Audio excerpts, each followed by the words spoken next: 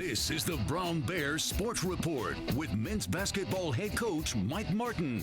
Today's show is brought to you by Bay Coast Bank, providing exceptional service for our community since 1851. BSN Sports, Courtyard Marriott Providence Downtown, IBEW Local 99, The Perfect Refreshment, Coca-Cola, share a Coke this season, and by University Orthopedics. Here's the voice of the Bears, Scott Cordischi. And good evening, everybody, and welcome to another edition of the Mike Martin Show and the Brown Bears Sports Report here on the Learfield Varsity Network. I'm your host, Scott Cordischi. Glad you could join us. We are broadcasting tonight from Raising Cane's here in Seekonk, Massachusetts. We're going to be here until 7 o'clock talking Brown Bears basketball with the head coach of the Bears, Mike Martin. We'll also be joined by a couple of seniors in this year's team, Landon Lewis and Drew Kania. And then we'll feature our women's gymnastics team in our final segment. Head coach Brittany Harris will be with us, along with Liza Marcus, Addy Whiteside, and Rehna Saalinger. But first things first, let me tell you that our opening segment of the program is brought to you by Bay Coast Bank, the exclusive banking partner of Brown Athletics and Recreation, a proud community bank serving the people and businesses of Massachusetts and Rhode Island. And with that, let's say hello to the head coach of the Bears, Mike Martin. Coach, how are you tonight? Scott, hello. I'm great and thrilled to be here at Raising Cane's. Thank them for all of their great support to Brown Athletics and our student athletes, and excited to talk some hoops with you, and excited to hear about our great gymnastics team at the end of the show. So yeah. they had a great result this weekend. Yes, they did. And thrilled for them, and I'm okay. I'm okay talking with you too. Yeah. Okay. Good. I'm glad you're okay talking with me. I'm thrilled to be at Raising Cane's myself. We do it enough. I better be okay. I know. I'm thrilled to be at Raising Cane's myself. I'm not going to name any other chicken joints, but if you ask me what my preference is, it's Raising Cane's all day, every day. I didn't even think there was another one. You know what? There really isn't. There really isn't. Anyway, Coach, your team coming off of an 81-73 loss to the Penn Quakers in Philadelphia over the weekend. You didn't have Landon Lewis, who will be with us a little bit later on in the show, in that game. But I guess just looking back at that contest, give me your thoughts on how your team played. You know, I thought we did a lot of really good over the course of the 40 minutes. You know, Penn is a terrific offensive team, and they showed that. That was not as good of a defensive performance as we would have liked. But I think you have to credit Penn for their consistent movement, motion, how they share the ball, and then some really good, tough shot making.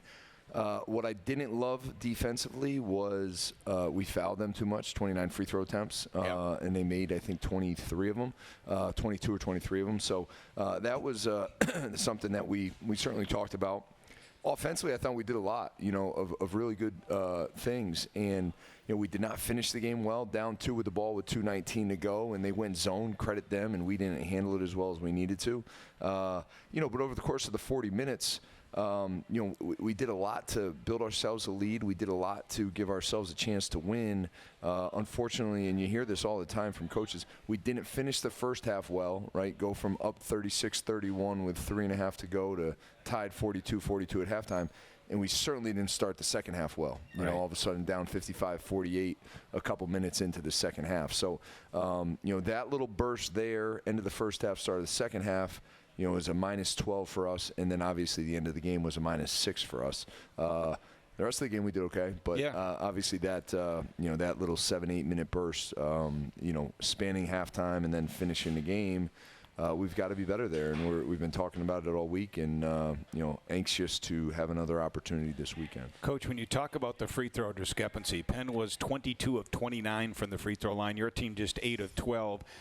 Is that the product of the fact that your team does play a good, tough, aggressive style of defense? And sometimes it might depend upon the type of whistles you're getting, right? Or is it one of those nights when officials are going to kind of let them play a little bit? Or is it one of those nights where there's going to be quick whistles, they're going to call it more tightly? Does some of it have to do with that? Maybe. We've been – I'd like to think that we can be the kind of defense we want to be without fouling. Yep. Right? We want to be physical without fouling and show good defensive discipline. There was a couple at the end where we just had to foul because we were down. Correct. So, maybe that's four of their attempts. But, like perfect example, last 2 minutes of the game, we don't score on offense on the 2 possessions we needed to against their zone. But we fouled Ethan Roberts 35 feet away from the basket. Yeah. where he really didn't have a whole lot going on, and they were both fouls, and we have to show better discipline in those spots. So, I think going into league play, we were one of the best in the country at not fouling you. Correct me if I'm wrong. Your first game or two of the season, you weren't happy. You said we got to play better defense without fouling, and your team did kind of turn that corner, right? If I'm not mistaken, for sure. The first couple of games of the season, that was a problem. Yeah, through non-conference play, we were doing a good job at forcing tough shots, turning you over a decent amount, and not sending you to the free throw line. And those are all really important, aspects, components of your defense. So far through 2 league games, we've been fouling too much. So we've got to make sure we do a better job. So without Landon Lewis, Famata Dabo, a career-high 17 points. And you leaned on some other guys, too. I thought you got some good minutes from Wyatt DeGraff off the bench. 4 points, 4 rebounds in just 10 minutes of work. Yeah, he did a really good job. And that was a good game for Wyatt. They've got some big physical 5 men. And I thought his ball screen defense, his support on defense was really good. He rebounded the ball. And then, JJ did a great job getting in the paint and setting him up. And then he had the one offensive rebound off of I forget who missed the shot, but Wyatt was right there and put it right back in. So, yeah, really thought he did a good job. And Dabo was outstanding. He's continuing to be more confident offensively. We've got to continue to feature him, not only off of dump-offs and dribble penetration and as a ball screen roller, but he's gotten better and it was back to the basket in the low post. So, that's something – certainly, with him and our other bigs, we want to continue to try to highlight. Jeremiah Jenkins, another good, solid performance for him. 15 points, 6 assists, and 4 rebounds. He's been a guy that's kind of really filled up the stat sheet this year in terms of not just scoring, not just facilitating, but also rebounding the basketball for you and leading the Ivy League in steals as well. Yeah, when he rebounds, and, obviously, he's got a lot of times he's got to run in from the perimeter to defensive rebound. But when he does do that, all of a sudden our break is going, right? You think about like some of the great point guards of, the past, Jason Kidd and Magic Johnson. Their defensive rebound was the first part of their team's fast break. Yep. And, so JJ, for him to be around five total rebounds per game through now whatever we've played, 15, I think it's not because of size, it's because of effort, and it's because of a nose for the ball, and it's because of him trying to do what we've been emphasizing. So, when he can do that and he gets in the open court and we play in transition, I think our offense takes a step forward. And it helps us score some easier baskets so we're not always having to come down and run a set offense. In all fairness to JJ, Magic was 6'9". I would expect him to get a few more rebounds. For sure. But again, JJ's averaging 5 rebounds a game. I know. And that's it's impressive. It says a lot. It kind of speaks to his effort and the heart and fire that he plays with. And if you could bottle that and sell it, you'd be a rich man. I can tell you that for sure. Because he loves being out on that floor. You talked about this earlier today in your press conference on Zoom with the local media. Adrian Achidiono technically hasn't been a starter, but playing starters minutes for you, and he was pretty good from an offensive standpoint as well, scored 15 for you against the Quakers. Yeah, since that URI game, and I don't know how many games that's been, but it's probably been 6 or 7, he is shooting over 40% from 3, close to 41%. He's making 2.5 threes a game, and I think it's just the game slowed down for him. He's been a much more efficient offensive player in that stretch, and we rely on him for a lot. He's also a pretty high usage offensive player. When he can get out and score in transition, I think that really bodes well for our team. Malcolm and JJ, I think, do a really good job finding him in transition. But, Adrian's a junior, and, again, everyone's timeline's different. Everyone's process and development is different, but I think you're seeing him really come into his own here as a junior, and we're going to need him to be a heck of a player for us down the stretch. Yeah, to your point, too, I think he's a guy that can put tremendous pressure on an opposing defense, as you point out, in transition, because he's just so fast. But even in the half court, too, I just think, he's a high-volume shooter. He's a threat to score at all 3 levels. And, I think because of that, he really puts pressure on an opposing defense. Well, and the other thing he does, when he doesn't have the ball, he's probably our best cutter, or one of our best cutters. You think about the speed with which he can cut and set up his cuts and read screens. So we've got to continue to put him in more off-ball screening action because he is such a good cutter. He was taught really well by his high school coach at Cushing Academy, James Cormier, former Dartmouth assistant and son of former Dartmouth head coach Paul Cormier. And those guys did a great job of getting Adrian to understand how to cut appropriately with force and with pace and, being able to read different things. So we've got to continue to not only find him in transition, find him in, draw and kick opportunities, putting him in offensive, playmaking roles, but also really highlight him as a cutter. Coach, Penn's Ethan Roberts has really been a tough matchup for just about any team he faces, and certainly was for your team the other night. 28 points, but 12 of those points coming from the free throw line. I mean, he was 12 of 14 from the stripe, so he was able to get some points there as well. He made as many free throws as our entire team attempted. Yeah. So credit to him. We got to learn from it. We have to do a better job defending him without fouling, and easier said than done.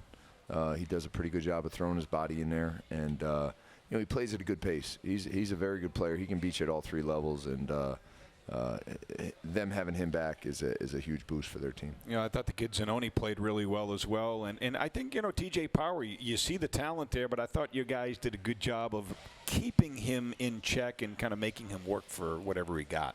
Yeah, he's a good player, and I think he's got a pretty high basketball IQ. He was very comfortable kind of letting things go through Zanoni and Roberts the other day because he saw they had it going. But, we've got to do a better job defending, kind of that off-ball screening action. Too many times we either didn't execute the proper coverage or we did not fight through the screens as hard as we could have. Yeah. Coach, I know I've said this to you in the past, but it bears mentioning again. I just love watching a guy like David Rochester play as well. He's a maximum effort guy. I talked about JJ being one of those guys. I just feel like when Rock's out there, nobody's going to outwork him, if that makes sense. Yeah, David, and he played, it was a career high in minutes. Obviously with Landon being out, David, stepped right into the starting lineup and played 33 minutes. I thought, he was matched up with Power most of the game, and I thought David did a really good job at both ends, right? He scored the ball. He got to the free throw line.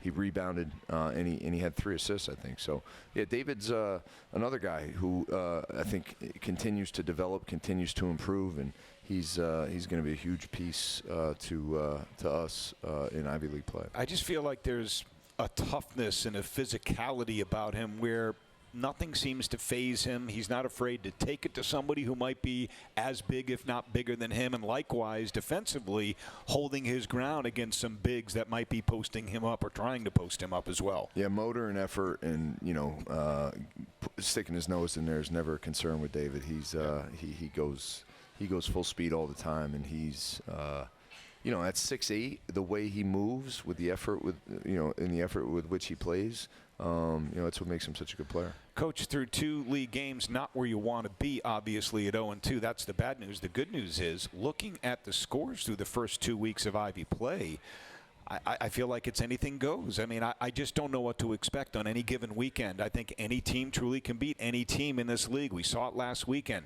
Yale goes to Princeton. I don't know what the line was. I'm sure they were pretty heavy favorites, and Princeton handled them easily. Dartmouth went to Cornell. I'm sure the Big Red were favored to win that game, and the Big Green come out of Ithaca with a win. So, in Columbia, coming off a nice win at Cornell, and their Ivy opener comes home and gets handled by the Harvard Crimson. The point being, I don't know what to expect any given night in this league. Yeah, neither do I. And the good news is I don't have to try to figure it out. I just got to focus on our team. Yeah. If you want to try to figure it out, I'll let you try to handicap the rest of the league games. But we've got enough to focus on with our team and what's in front of us. Improving ourselves, right? But then also preparing appropriately for the upcoming opponents. And obviously, we've got 2 really good teams coming in here this weekend. I think, parity is a word that can often be kind of used in a cliche-type manner, but I think parity can also sometimes imply mediocrity. I don't see that. I see a lot of good teams in this league. I think so, yeah. And all the metrics should show you that. I think we're, right around 12 or 13 as a Division I conference by all the different websites that rank conferences. So it's it's been one of the best mid-major leagues in the country now for a long time, and this year's no different. That's just another. It's just another thing you got to understand, like in terms of being able to be successful in this league. You've got to make sure that you're continually continuously getting better and improving and really believing and trusting in your process. All right, so 2 games this weekend. One on Saturday at home against Columbia at 2 o'clock, and then on Martin Luther King Day on Monday at 2 o'clock, home game against the Cornell Big Red. We'll take them in chronological order, but Coach, before we do that, you started your press conference off today with condolences for the family and friends of the late Bill Courtney, former Cornell Big Red head coach who died suddenly this past week. Yeah, just tragic news. Bill was a friend to so many. Obviously, my first 4 years as the head coach at Brown, he was the head coach at Cornell, and his teams were always tough to play against. But far beyond that, he's just a great person, and a huge loss to college basketball and our profession, to the Ivy League, and then certainly to Cornell. He was an assistant here at Providence back, I think, in the early 2000s for Tim Welsh. Yep. And then he was a longtime aide to Jim Larrañaga at both George Mason and Miami. And both of the Final Four teams that Jim Larrañaga had, Bill was a huge part of recruiting those teams. And I just am so sad for all the players and coaches he worked with and impacted, the schools, the institution he's represented, and then certainly his family. I can tell you, in my dealings with him while broadcasting your games over the years, always very pleasant to deal with. And I think really what really speaks to his type of character is there's no person in the Ivy League that I respect more than Jeremy Hardigan, their head of athletic communications at Cornell, and he loved Bill Courtney. Yeah. He thought he was just a great, great man. And when Jeremy Hardigan speaks highly of you, that's saying something. Yeah, Bill always had a smile on his face. He always had fun. I think so many of us, probably get a little too serious about a game. At the end of the day, it's a game, and Yeah. Bill, he always made sure to enjoy what he was doing, have a lot of fun, and a lot of laughs. Anytime I spent time with Bill, it was always filled with laughs. All right, Coach, tough to get back to talking basketball, but that is the task at hand. And you've got Columbia coming to town first on Saturday at 2 o'clock. The Lions 1-1 in league play with an impressive win at Cornell in their Ivy opener, and then lost to Harvard this past Saturday. When you look at Columbia on film, what concerns you the most? Their size, their effort, their compete level, their coaching, right? They're really well coached at both ends of the court. And they've got a really good plan of attack, so regardless of what you're trying to do offensively against their defense, they're well drilled. And then guarding them is certainly something that poses a lot of problems, because I didn't mention they also have terrific talent, right? So they play really hard, they have great size, they're really well coached, and they've got a good plan, but they also have really good players and experienced players executing that plan. So their rebounding, their post play, their ability to play physical at both ends of the court really stand out when you watch them, and it's a big reason why they're 12-4. So Kyle Smith, when he coached in the league, had Kevin Hovde on his staff at Columbia, as you well know. And then Kevin Hovde obviously went to Florida, where he was part of that national championship coaching staff a season ago, and now gets his first head coaching job coming back to Columbia. And, it's funny because he was asked about this in his media Zoom earlier today, and he said, a lot of the stuff that we ran at Florida that we're running right now is the same stuff we ran under Kyle Smith when he was at Columbia. And, of course, Kyle Smith's had a lot of success. Yeah, they had a big win over Carolina last night. Kyle's at Stanford now. Yeah, I've known Kevin a long time. He's a good guy.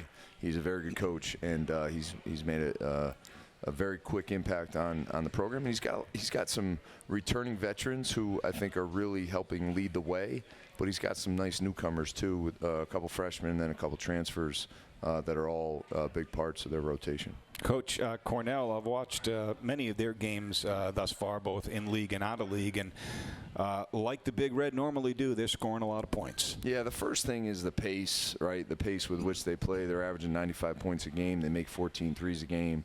I think their last you and I both watched the one at Michigan State. They're up 56-53 at halftime. Yep. They've scored 90 plus in both league games.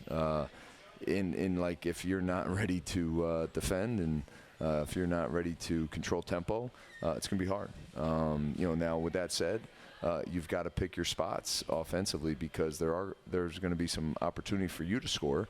I don't think you want to get caught in a up and down crazy pace game with them, but at the same time, if you can get some easy ones before they set their defense, it's probably a good idea. All right, Coach. Good luck against the Lions on Saturday and the Big Red on Monday. We'll see you at the pits this weekend. Thank you. All right, that's the head coach of the Bears, Mike Martin. We'll take a timeout. When we come back, we'll be joined by Landon Lewis and Drew Kania, two seniors on the men's basketball program. You're listening to the Brown Bears Sports Report from Learfield. All right. It's a beautiful day.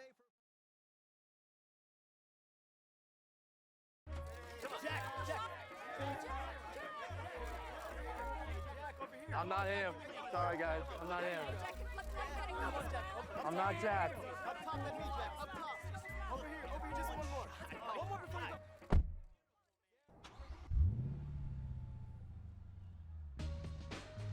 Because a car that doesn't make you feel recognized is a car that stops short of amazing.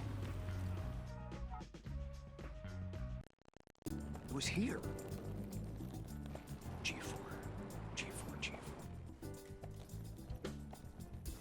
Okay, no. Where is it? Because any car that doesn't offer the confidence that it will find you is a car that stops short of amazing.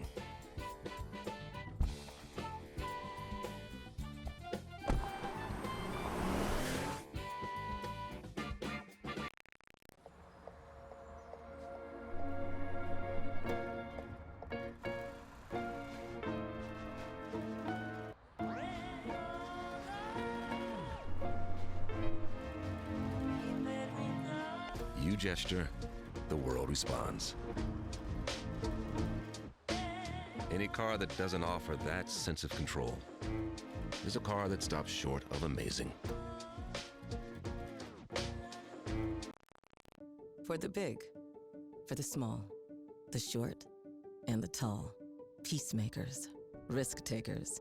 For the optimists, pessimists, exhibitionists. For long distance love. For the farsighted, nearsighted. For introverts and extroverts. For the thinkers and the doers. For old friends. Coca-Cola. For everyone.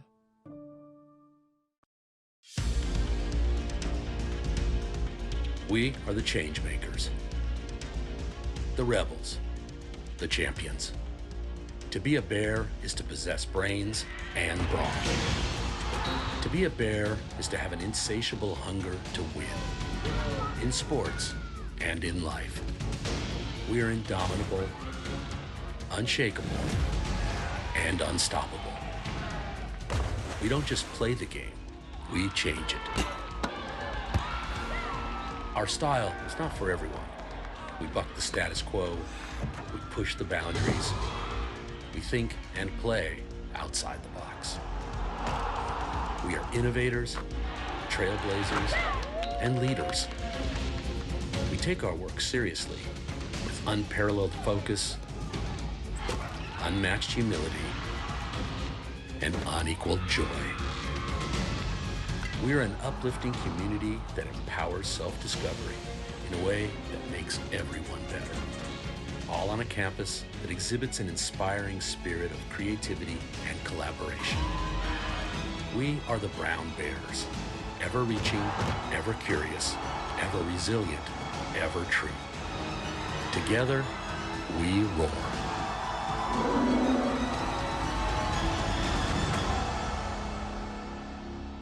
Broadcasting live from Raising Cane's in Seekonk, Massachusetts. Here tonight, Scott Cordischi with you. Our second segment of the show is brought to you by Rhode Island Medical Imaging, the official MRI provider of Brown basketball. With 14 MRI locations statewide, Remy's specialty trained physicians and patient-focused care are in your neighborhood. And joining us on the show right now, we got a couple of seniors on this year's Brown men's basketball team. To my far left, we have a senior forward from Los Angeles, California, Landon Lewis. Landon, how are you? Good. How are you? I'm doing great. Thanks for stopping by. And then to your right and my left, we have a senior forward from Chatham, New Jersey, Drew Kania. Drew, how you doing? Doing good, Scott. All right, guys, first things first, but let's get the, before we get into the basketball talk, happy birthday, Landon Lewis. Thank you. All right, let me get that mic straightened up. Well, there you go.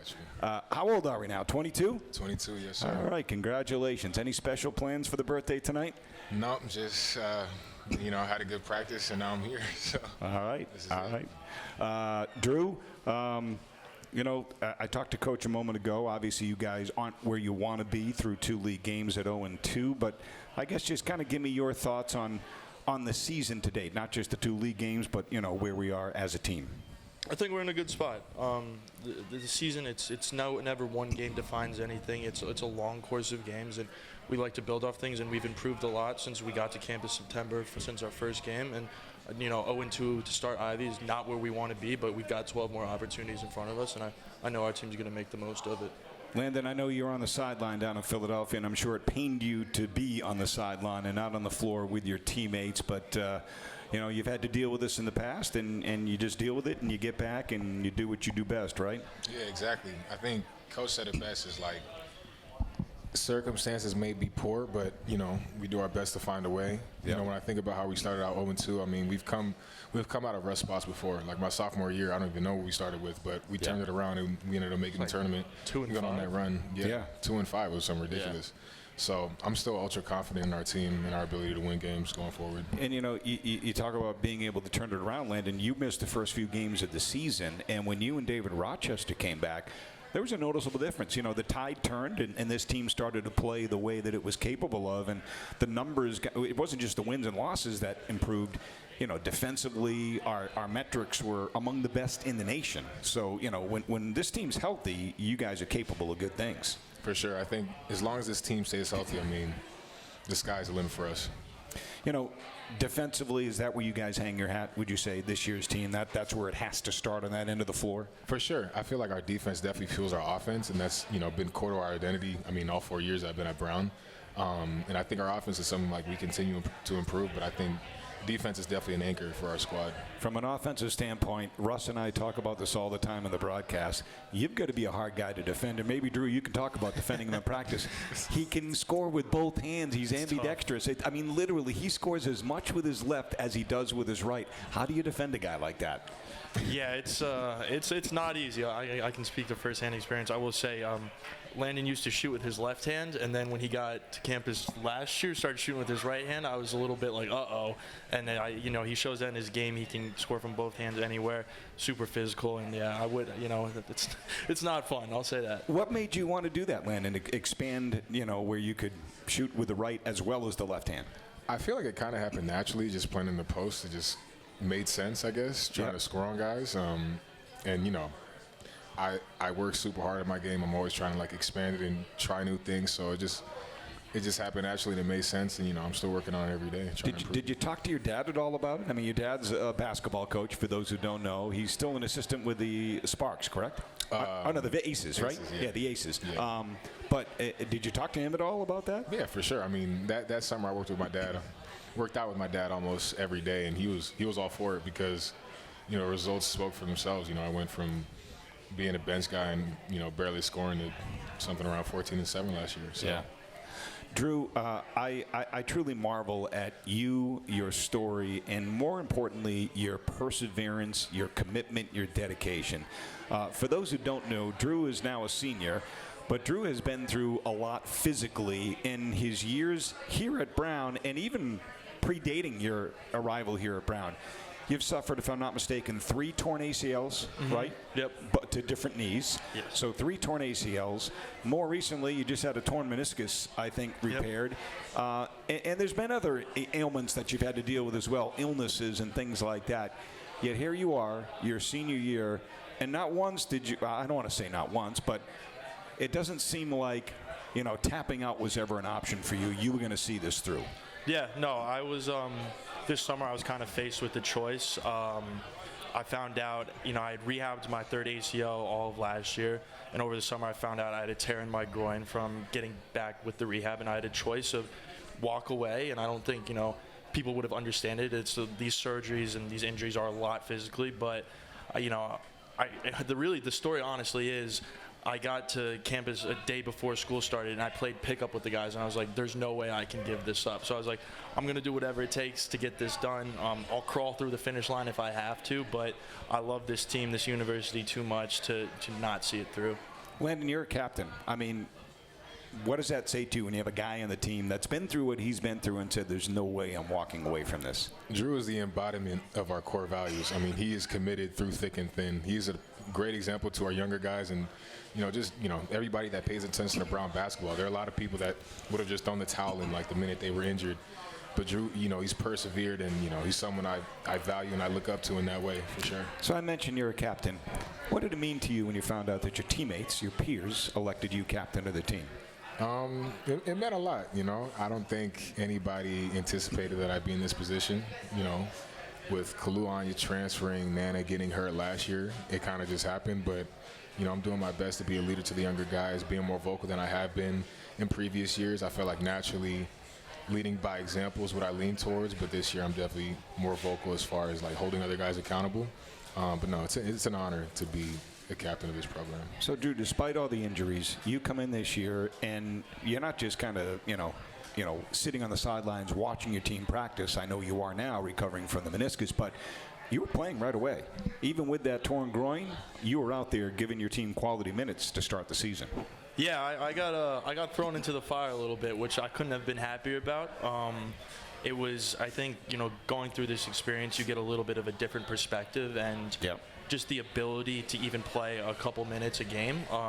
I gave it my all. It was the most fun I've had at school. It was truly a blessing to be able to just be out there and compete again, something I had really missed. A lot of those games didn't go our way, but I was happy to be a part of just the culture of the team. And, when you're on the side, you're a part of the team, but you never really, you're missing an element. So being out there actually with the guys going through the war, it really felt like I was there, which was nice. And are you now at the point now trying to recover from that meniscus surgery you had during the break that we're trying to work your way back to that? Yeah, I'm hoping I should be able to suit up next Friday at Princeton. That was kind of my goal when I was deciding on when to get surgery. Personally, I'm from New Jersey. To be at Princeton, that's, I'll have a lot of family and friends there.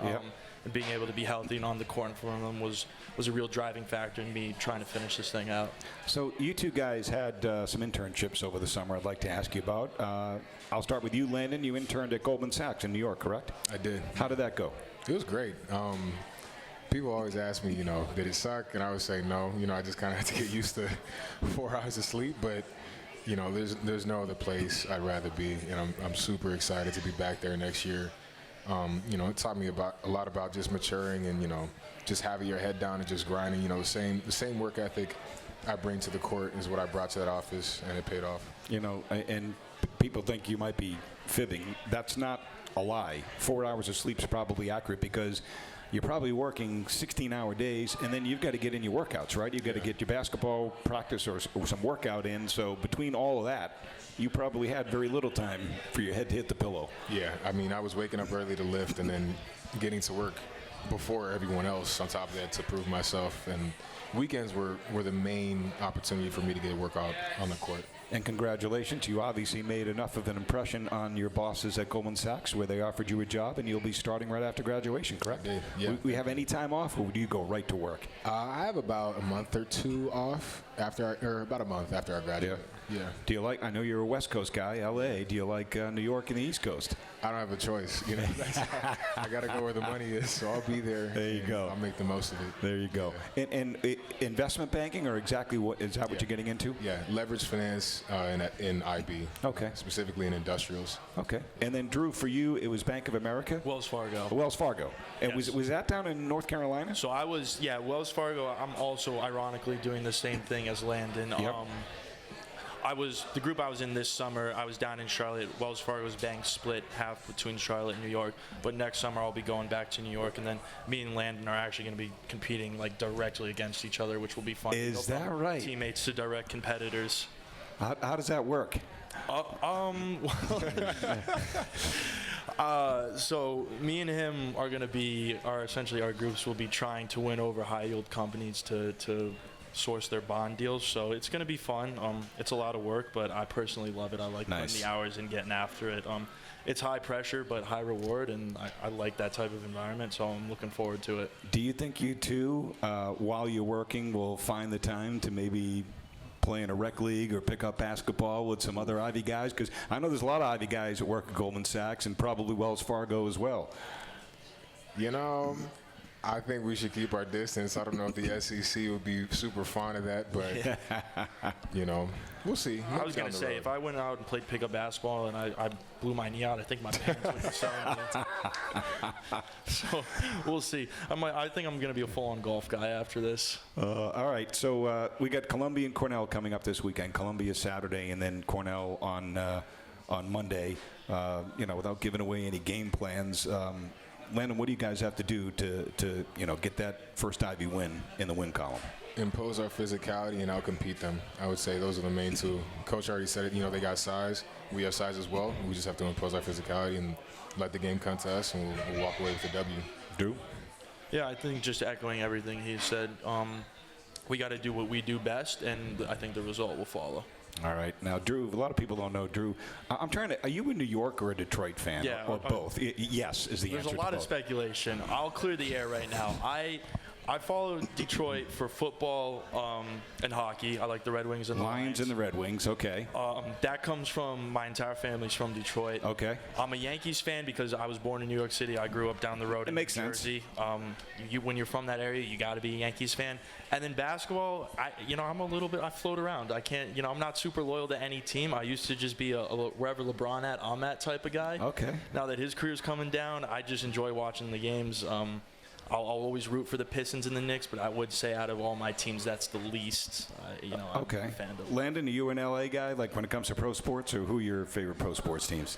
I don't watch football at all. It's completely NBA, and it's the Lakers all the way. Lakers all the way. If you're from LA and you're a Clippers fan, I don't know, I'm giving you the side eye. That's kind of like being from New York. I mean, most people from New York are like Yankees fans, Giants fans, right? Yeah, I don't. The Mets and Jets fans, and the Net, especially if you're a Nets fan, it's kind of like, what are you doing? You have to be from Queens or Long Island to be a fan of the Mets and Jets, right? kind of like Sal. Yeah, Sal doesn't like that. I mean, look at him. I mean, there's your perfect example: Mets, Jets, Giants, Yankees. All right, guys. Good luck against the Lions and the Big Red, and thanks for joining us on Coach's Show tonight. Thank you, Scott. Thanks, Scott. All right, Landon Lewis, Drew Kania, our guest here on the Brown Bears Sports Report with Mike Martin. When we come back, we'll be joined by the Brown women's gymnastics team here at Raising Cane's in Seekonk. You're listening to the Brown Bears Sports Report from Learfield. For well over. We are the change makers, the rebels, the champions. To be a bear is to possess brains and brawn. To be a bear is to have an insatiable hunger to win, in sports and in life. We are indomitable, unshakable, and unstoppable. We don't just play the game, we change it. Our style is not for everyone. We buck the status quo, we push the boundaries, we think and play outside the box. We are innovators, trailblazers, and leaders. We take our work seriously with unparalleled focus, unmatched humility, and unequaled joy. We are an uplifting community that empowers self-discovery in a way that makes everyone better. All on a campus that exhibits an inspiring spirit of creativity and collaboration. We are the Brown Bears, ever reaching, ever curious, ever resilient, ever true. Together, we roar.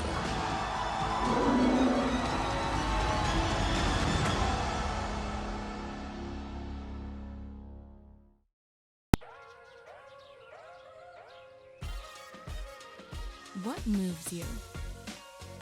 Whoever you are, wherever you're headed, physical therapy can take you there. For the morning risers, the super moms, the weekend warriors. High Bar is here to elevate the everyday, so you can feel better, move freely, and live fully. High Bar, so you can.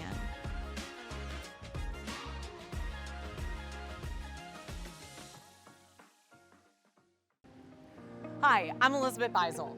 As a 3-time Olympic swimmer, I know how important it is to take care of your health. Here in Rhode Island and southeastern Massachusetts, we are fortunate to have the team at University Orthopedics taking care of us for all of our orthopedic needs. Whether you are swimming laps or swimming to raise money to cure cancer, their team has you covered. Remember, you don't have to be an Olympic athlete to be cared for like one. The best orthopedic care anywhere is right here, University Orthopedics. The economics of healthcare are what they are. There's a lot of pressure applied to patients from the insurers, from the hospitals, about where they should be receiving their health care. They're torn in a lot of ways.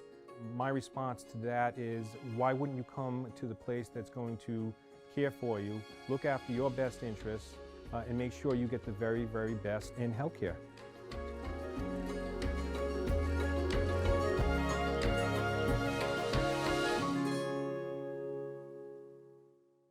If you speak the language of bosons and quarks, of nanoengineering, Wordsworth, or hip-hop, then look no further than Brown University. Web.com to find one near you. Welcome back to the Brown Bears Sports Report with Mike Martin, and this portion of the program brought to you by the Coca-Cola, the perfect refreshment. Share a Coke this season. We are broadcasting live once again from Raising Cane's here in Seekonk, Massachusetts, and our thanks again to Coach Martin and to Drew and Landon for joining us. And right now we're going to feature another athletic team at Brown University, and this week we have our women's gymnastics program on the show. And joining us to my far left is head coach Brittany Harris. Brittany, how are you? I'm doing well. Happy to be here. How are you? Thank you for stopping by, and thank you for bringing your student athletes. And let me introduce them to the viewers and to the folks here at Raising Cane's. To my immediate left, we have a senior from the Big Apple, Liza Marcus. Liza, how are you? I'm good. How are you? I'm doing great. Well, thank you for joining us. To your left, we have a sophomore from Berlin, Connecticut, Addy Whiteside. Addy, how are you? I'm great. Well, thank you for stopping by. And to your left, we have a freshman from Vienna, Virginia, Rehna Saalinger. Rehna, how are you? I'm great. Thank you so much for having me. Well, thank you all for joining us, and congratulations on your quad meet win to open up the season last weekend. Thank Coach, you. I'll start with you. Why don't you tell us about it? I know you set a program record, right, for the highest score in a season opener in school history. Super proud. It was nice to be at home for a first meet. I will say we had calming vibes. Like, it was our home arena. We had family and friends in the audience, and I just feel, we really did what we've been working on in practice. And from event to event, no matter what happened, we were intentional about throwing whatever happened away and keep everything moving forward. So it was a whole lot of fun. Great crowd, great turnout, and, very proud of the team. Great result. Liza, first on the bars, second on the beam. Not a bad way to start your senior season. Just talk to us about your performance and how you felt out there. Yeah, it was great. I think to echo what Brittany said, because we were at home, which normally we're at home our third or fourth meet, it was just very calm. So I think bars, I was a little nervous, and I got progressively less as time went on. And I feel like the energy was just electric. I just had so much fun. I was just screaming and yelling and having fun with my friends. Rehna, 9.85 on the beam. First, not bad for your first collegiate event. Congratulations. Thank you so much. Thank you. I don't know what your expectations were coming to college, but you're winning, the beam on your first event. Pretty impressive.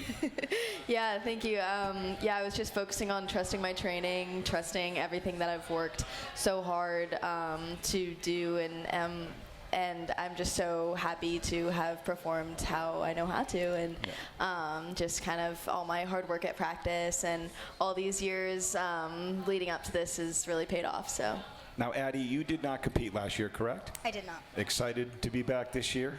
Yeah, that's a word to use for sure. It was so exciting. It's so different from high school and just JO gymnastics in general. It just feels so much more exciting. You have this sense of confidence that I feel like you didn't have before, and like you have a team. I mean, it was always a team sport, but now it's really a team sport. Like, you have people behind you, and it just feels like nothing else. I love it. It's funny, if people have never been to a gymnastics meet, I'll echo exactly what you said.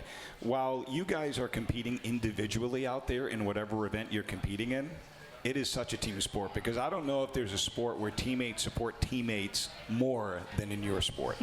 The enthusiasm, the energy. I would say the closest might be volleyball, because volleyball, between every point, they're dancing, they're going crazy for each other. I would say gymnastics and volleyball are right up at the top. Yeah, would you agree? Yes, exactly. And I think the way our sport even works, 6 up, 5 count. So if somebody makes a mistake, your teammates are right there to pick you back up and help the team along. So I think it's really really a team sport. So, Liza, you competed in all 10 meets last year, correct? Yes. On bars, beam, and floor? Yes. Do you have a preference? Do you have a favorite event or event that you feel like you excel more at than the others? I really love bars. I just love the feeling of flying and being in the air. But I do think I have like a sweet spot for beam. That's the event that I only did beam my freshman year, so I definitely grew to really, really love it that year. Addie, do you have a particular event that you prefer? Beam has always been my favorite. Yeah. It's just nothing compares to being up there and like hitting your skills the way that you know how. It just feels, it's so rewarding. For the record, I don't know how you all do it on the beam. Honestly, like doing flips and keeping your balance and staying on the beam, it's well beyond me. That is for sure. It's a tremendous skill. Rehna, is beam your specialty, or do you compete in all around? What are your events? Yes, so beam is definitely the event that I tend to excel at most. Yeah. But I am still training floor and bars, and I'm hoping to make lineups soon. So that's definitely something that I'm still working on. So you're a freshman from Virginia. Yes. Tell us why you chose Brown. I mean, just the community at Brown to start off, like as soon as you walk into campus, it's just something that's unmatched at any other school that I looked at. And I mean, the coaches, the team, there's just something so special about this place. And I mean, it was a no-brainer. So, Coach, this is your 4th year, That's is that correct. right? Yeah. So, like for instance, would Liza have been one of your recruits, or was she already committed to Brown when you took over? We came in on the same year. Okay, so Yep. she was already committed to Brown. Yeah. So, but the junior, sophomore, and freshman classes are all, student The athletes. juniors were already committed as well. Oh, they were. So the sophomores and freshmen are the classes that I've Gotcha. I mean, I look at what you've done, and it's pretty special. In your first 3 seasons, your program has posted the 3 highest national qualifying scores. Just give me, from your standpoint, I don't know what your expectations were coming in, but give me your 30,000-foot view, if you will, on how you think things have gone with the program in your 3+ years here. Yeah, I feel from the day I stepped on campus to now, just the whole culture and mentality of the team has shifted. Just the confidence in each individual athlete and their belief in themselves and each other and their abilities. And even when it comes to goal setting, the goals that we used to set, Liza's first year were like, let's get a 191 or a 192 or whatever. And then now, going into our second meet, and as we head into Yale, we're like, let's get a 194 5+. Like, let's go big. Let's do it because we're capable. And I just think just the confidence and the energy and, just how this team has really come together each and every year. Like, every year I feel like they get closer and closer to one another. So I want you, figure out just the culture and the dynamic and the family aspect of things. I feel like the sky's the limit for the team. So it's been really fun. Addie, describe what it's like competing for and playing for Coach. Oh, it's truly the best thing in the world. Obviously, I've only had 1 meet, but it was almost like as soon as we finished the meet, I was like, I want more. And that's never been a feeling. Like, competing is stressful, but when you have, like, this team specifically, it's just such a unique group of people that cares so deeply about their academics and their outside life and their personal life, but also so much. Like, we get into the gym, and there's so much trust with each other and, like, our gymnastics, and I feel like we really do have such unique gymnasts that have an amazing work ethic, but also, like, an insane potential. And so it's really exciting to think about just, like, the future of the season, too. Yeah. Liza, I think for the folks here at Raising Cane's, or maybe the folks watching on YouTube, what people don't understand, too, is in addition to being full-time student athletes, you're full-time students at a tough school like Brown University, right? An Ivy League school, the academic rigors. You've been all scholastic all 3 years. You've received all scholastic honors, so congratulations on Thank that. you. Not easy, but just tell us what it's been like. I mean, I'm sure as a freshman, maybe you can give Rehna some advice in terms of like time management and how you manage to get everything done at a high level. Yeah. Well, first and foremost, I think we have a great community of student athletes around me that are committed to both their sports and academics, so it makes it easy. We all go to the library together, we all get our work done, and then we all go to practice together.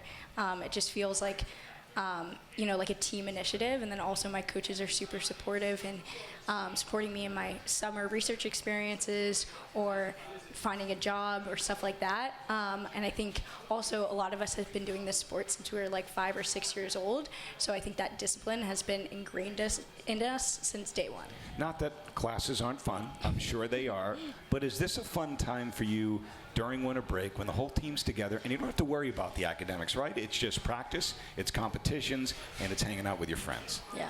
Is it a fun time? I think it's one of the best times. I think maybe Rehna can talk about this. I think this is when the freshmen really get involved in our team and start to really form a bond with us because it's just us on campus. And we start doing team bonding activities and just hanging out with each other 24/7. And I think that's what makes season so special because you feel so bonded to the people you're competing with. And Rehna, you can probably speak to that because as a freshman that just finished her first semester, you know, you're probably swimming upstream. It's like, oh my God, I've got to worry about this class. I've got practice at this time. And now it's like, whew, I can exhale. Exams, you know, all that stuff's over with. And now it's just gymnastics before the second semester begins. Yeah, it's definitely a really nice way to ease back into the second semester. And then also, I mean, this is my first ever collegiate competition experience. So to kind of just be able to fully focus in on that and enjoy every single moment without having outside stressors like academics. For our first couple competitions has just been super nice. And then also, I mean, the team bonding that we've been doing, even if it's not like things that we've scheduled, whether it's just sitting in the dining halls together or just the locker room time before practice, like it's little things, little moments like those that really make the team so close. And I've just been cherishing every moment. Were the three of you, have you been gymnasts since you were little, or did you pick it up later in life? Because sometimes, you know, people, well, I didn't pick it up until I was in, you know, whatever grade. Or have you been doing gymnastics since you were very young? Yeah, I started when I was 6. Yeah, I think I started 4 or 5. I started when I was 8, which is generally a little bit late for Is that right? gymnasts. Yeah. And did you do other sports too? Like, did you play youth soccer and stuff like that? And did you just fall in love with gymnastics or realize, hey, I'm pretty good at this? I was actually pretty unathletic before the age of 8, but then once I found my groove in gymnastics, I kind of stuck with it. So we mentioned this is kind of a fun time because you have a lot of free time outside of practice and competitions. What do you all like to do with your free time? Yeah. Well, I feel You're a like college kid. You probably like to sleep, number one. Yeah. Yeah. Well, I spend a lot of time doing schoolwork. That's definitely for sure. But I think outside of that, just going on little trips just to Boston. I was there this morning visiting a friend. Oh, nice. Or even just like baking with the team. I think little things like that. Yeah. Me and my teammates have been, or my class have been doing puzzles and games and stuff and painting, taking on some new things. I walked her dog yesterday. What kind of dog do you have? He's like a mutt. Yeah? Yeah, he's adorable. That's nice. What's the dog's name? Burley. Burley? Yeah. Okay. Yeah, just basically the same. We've just, honestly, it doesn't matter what we're doing, but as long as I'm with some of the team, like it just, everything that we're doing is a good time. So yeah, same stuff that the other girl said. So Rehna, you're a first year, and Addy, you're a sophomore. I think, do you have to declare concentration this semester? Mm-hmm. Do you know what you want to do? Mm-mm. You still are undecided, really? Yeah, it's a really sensitive topic. Okay, when's the deadline to declare? March. Okay. Yeah. So you got to make a decision in the next month or two. Yeah. Okay. How about, do you know what you want to do? I know you're only your first year, or did you come here saying, no, I know I want to concentrate in this? Yeah, I'm pretty focused on, I'm majoring in biochem, and I am planning on doing something in the biotech field in the future. So. Okay. Liza, what are you concentrating in? What will you graduate with a degree in May? Yeah, I'm studying chemistry and Africana Studies, so I'm going to graduate with a bachelor's in science. And do you know what you want to do or what you're going to do after graduation? Yes, I'm applying to grad school right now for chemistry, hoping to get a PhD in chemistry. So, yeah. Congratulations. Yeah, thanks. Brittany, you mentioned Yale. That's the next meet, a dual meet down in New Haven Sunday? Yes. Is that correct? Sunday at 1 p.m. All right. Talk to us about the Bulldogs and the challenge that lies ahead for your team. Yeah, I feel like when we were setting our goals this week, it was all about trust, like trusting in ourselves, trusting in our training, trusting each other.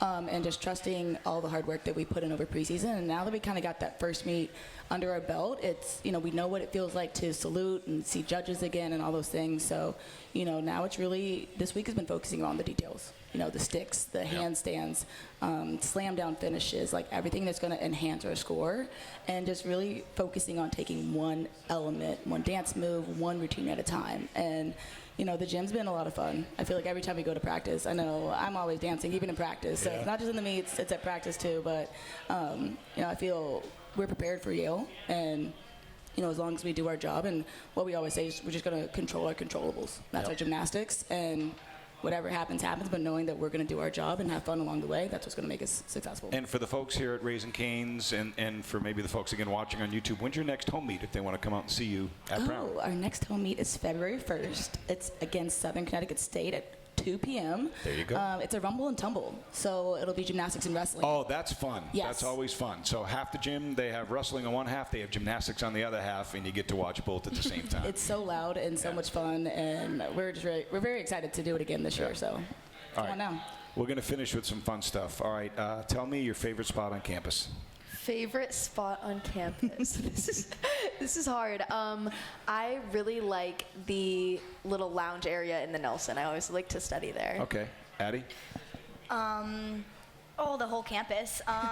This winter session, we're staying at an Airbnb on campus, across from the main green, and we're calling it the Cottage, and that's probably going to be forever my favorite spot on campus now.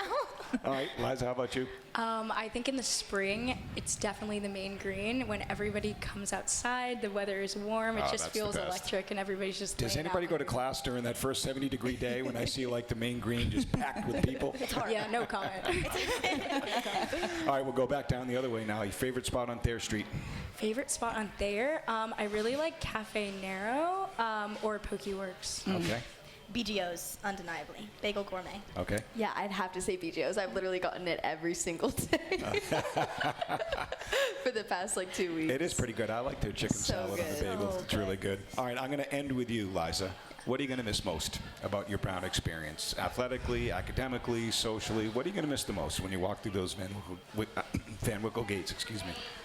It's hard to pick. I think really everything, but I think really the team at the end of the day. I think Brown Gymnastics completely transformed my relationship with gymnastics. In high school, I had a very complicated relationship with gymnastics. I wasn't really sure if I wanted to continue the sport. Multiple times I thought about quitting.